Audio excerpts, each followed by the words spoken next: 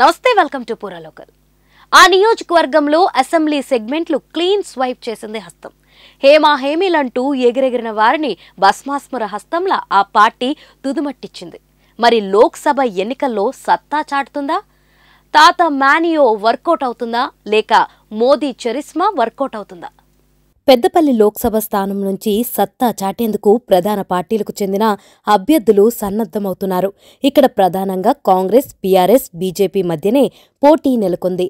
అభ్యర్థులు ఎన్నికల ప్రచారంపై అన్ని రకాల అస్త్రాలను సిద్ధం చేసుకుంటున్నారు.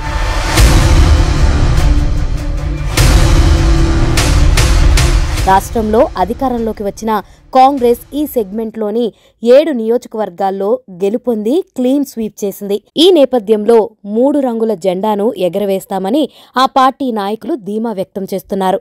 మరోవైపు తెలంగాణ రాష్ట్రం ఆవిర్భవించిన నాటి నుంచి వరుసగా 2 సార్లు గెలుపొందిన బీఆర్ఎస్ నాయకులు మూడోసారి గెలిచి హ్యాట్రిక్ సాధిస్తామని చెబుతున్నారు. కాగా ఇప్పటి వరకు ఇక్కడ ఖాతా తెరవని బీజేపీ దేశవ్యాప్తంగా వీస్తున్న ప్రధాని నరేంద్ర మోదీ హవాతో గెలుపొందడం ఖాయమని, సర్వేలన్నీ తమకే అనుకూలంగా ఉన్నాయని ఆ పార్టీ నేతలు ధీమా వ్యక్తం చేస్తున్నారు.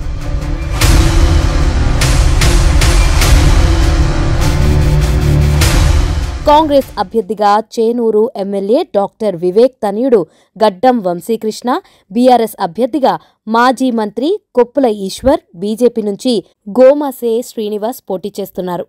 ఇప్పటికే బీఆర్ఎస్, బీజేపీ అభ్యర్థులు, నాయకులు, కార్యకర్తలను సన్నద్దం చేసేందుకు అసెంబ్లీ నియోజకవర్గాల వారీగా సన్నాహక సమావేశాలను నిర్వహించి పార్టీ శ్రేణులను అప్రమత్తం చేస్తున్నారు. బీఆర్ఎస్ అభ్యర్థి ఈశ్వర్ ఇటీవల పెద్దపల్లిలో 36 గంటల పాటు రైతులకు అండగా నిరసన దీక్ష చేపట్టారు.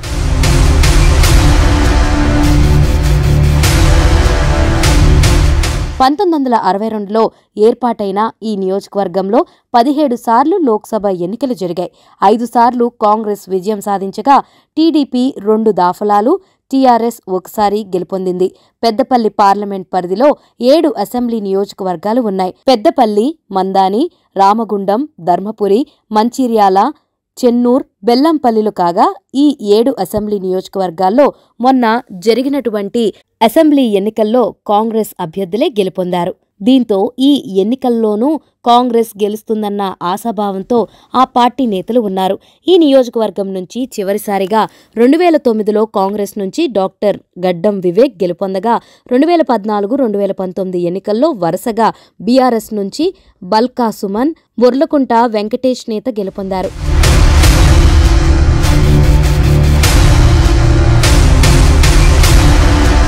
ఈ ఎన్నికల్లో పూర్వ వైభవాన్ని చాటాలని ఈ 2 పార్టీల నేతలు ఉవ్విళ్లూరుతున్నారు.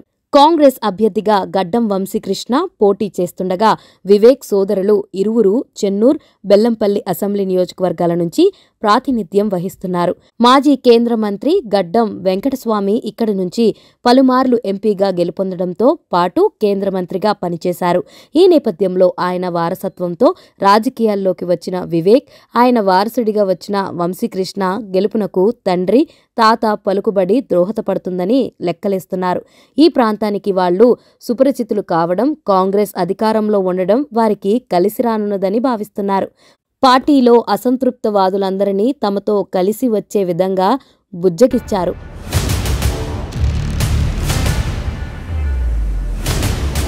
ఇక ఇదే నియోజకవర్గం నుంచి వరుసగా మూడోసారి గెలుపొంది హ్యాట్రిక్ కొట్టాలని బీఆర్ఎస్ నేతలు భావిస్తున్నారు. ఇక్కడ నుంచి ప్రాతినిధ్యం వహిస్తున్న సిట్టింగ్ ఎంపీ బొర్లకుంట వెంకటేష్ నేత తనకు ఈసారి టికెట్ రాదని భావించి కాంగ్రెస్లో చేరారు. దీంతో పార్టీ సీనియర్ నేత 6 సార్లు అసెంబ్లీ ఎన్నికల్లో మేడారం, ధర్మపురి నియోజకవర్గాల నుంచి విజయబావుట ఎగరవేసిన మాజీ మంత్రి కొప్పుల ఈశ్వర్కు మొదటి విడతలోనే కేసీఆర్ టికెట్ ప్రకటించారు. సింగరేణి కార్మికుడిగా పనిచేస్తూ రాజకీయాల్లోకి వచ్చిన కొప్పుల ఈశ్వర్ పెద్దపల్లి పార్లమెంట్ పరిధిలో అనేక మందితో సత్సంబంధాలు కలిగి ఉన్నారు. ఎమ్మెల్యేగా, మంత్రిగా అందరికీ సుపరిచితుడు. ఈ ఎన్నికల్లో సింగరేణి కార్మికులు ఓట్లు కీలకంగా మారనుండడంతో పార్టీ కొప్పుల ఈశ్వర్ను రంగంలోకి దింపింది.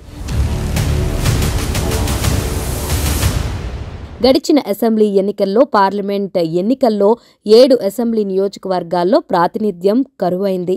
100 రోజులు కాంగ్రెస్ పాలనలో ఇచ్చిన హామీలను సక్రమంగా నెరవేర్చలేకపోయిందని, బీఆర్ఎస్ పాలనే ప్రజలు కోరుకుంటున్నారని అంటున్న ఆ పార్టీ నాయకులు పార్లమెంటు ఎన్నికల్లో ఓటర్లు తమ వైపే మొగ్గు చూపుతున్నారని, ఈ ఎన్నికల్లో గెలవడం ఖాయమని అంటున్నారు.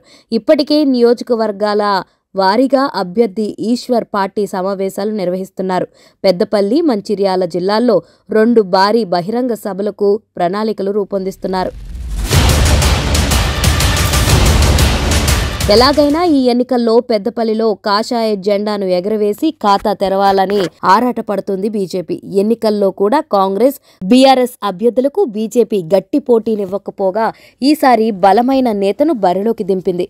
కాంగ్రెస్ పార్టీకి చెందిన సీనియర్ నాయకులు, నేత కాని సామాజిక వర్గానికి చెందిన గోమాస శ్రీనివాస్ కాంగ్రెస్ టికెట్ రాదని భావించి బీజేపీలో చేరారు. పార్టీలో చేరిన 3 రోజులకే ఆయనకు బీజేపీ టికెట్ ఇచ్చింది. ఇదే నియోజకవర్గం నుంచి 2009 ఎన్నికల్లో అప్పటి టీఆర్ఎస్ అభ్యర్థిగా శ్రీనివాస్ పోటీ చేసి 49,031 ఓట్ల తేడాతో కాంగ్రెస్ అభ్యర్థి వివేక్ చేతిలో ఓటమి పాలయ్యారు. ఆ ఎన్నికల తర్వాత 2014, 2019 ఎన్నికల్లో కాంగ్రెస్ టికెట్ ఆశించినప్పటికీ రాలేదు. మరోసారి తన అదృష్టాన్ని పరీక్షించేందుకు రంగంలోకి దిగుతున్నారు. నియోజకవర్గ వ్యాప్తంగా ఆయా వర్గాలతో విస్తృతంగా తనకు ఉన్న పరిచయాలకు తోడు భారత ప్రధాని నరేంద్ర మోదీ మానియా, దేశవ్యాప్తంగా ఉన్న బీజేపీ హవా తనకు తోడై విజయం సాధిస్తామనే ధీమాతో గోమాసి శ్రీనివాస్ ఉన్నారు. ఇప్పటికే ఆయన పార్టీ నాయకులు, కార్యకర్తలను సన్నద్ధం చేస్తున్నారు. పలు బహిరంగ సభలు, సన్నాహాలు చేస్తున్నారు.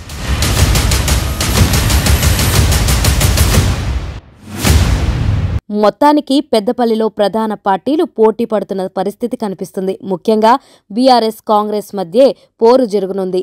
అసెంబ్లీ ఎన్నికలకు పార్లమెంట్ ఎన్నికలు వేరు అని గ్రహించి ఓటు వేస్తే మాత్రం తీర్పు మరోలా ఉండే అవకాశాలు ఉన్నాయి.